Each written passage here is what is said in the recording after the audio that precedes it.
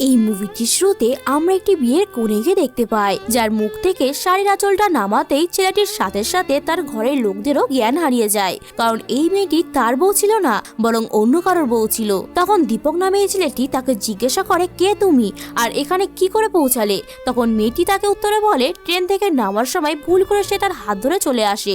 আসলে দীপক যখন ট্রেনে করে নিজের বউকে সাথে করে নিয়ে আসছিল, তখন ওই ট্রেনের মধ্যেই দুটো আরো বিয়ের কোণে মুখে ঘোমটা টেনে বসেছিল। তাই সারাদিনের এত ধকলের কারণে সবাই খুবই ক্লান্ত হয়ে যাওয়ায় গভীর নিদ্রায় মগ্ন ছিল। তখন স্টেশন আসতেই দীপক নিজের ওয়াইফের হাত ধরে ট্রেন থেকে নিচে নেমে যায়, কিন্তু সে জানতো না যে আসলে সে যার হাত ধরে নামছে সেটা তার বউ নয়, অন্য কারোর বউ ছিল। তবে মেয়েটি কিন্তু এটা জানতো দীপক তার বর না, কিন্তু তবুও সে দীপকের হাত ধরে চলতে থাকে।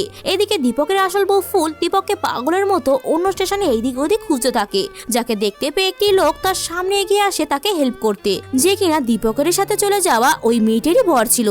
কিন্তু ফুল তার বদমতলবটি বুঝে যায় আর তার সাথে যাওয়ার জন্য মানা করে দেয়। এদিকে দীপকও ফুলকে খোঁজার জন্য এইদিক ওদিক ছুটতে থাকে, যেখানে ফুল ভয়তে সারা ট্রেনের টয়লেটের মধ্যেই কাটানোর পর সকালবেলায় বাইরে বেরিয়ে আসে। তখন একটা ছেলে এসে তার প্রবলেমটা জেনে তাকে স্টেশন মাস্টারের কাছে নিয়ে যায়, কিন্তু ফুল বাইরের জগতের ব্যাপারে সম্পূর্ণই অজানা ছিল।